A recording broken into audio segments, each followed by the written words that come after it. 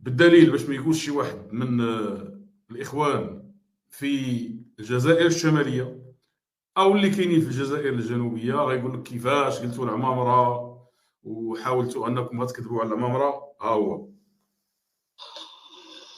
ان قدرتنا كمجتمع دولي من منتجين ومستهلكين وهيئات تنظيم على مواجهه هذه التحديات معا تتوقف على الخيارات التي ستتخذ اليوم.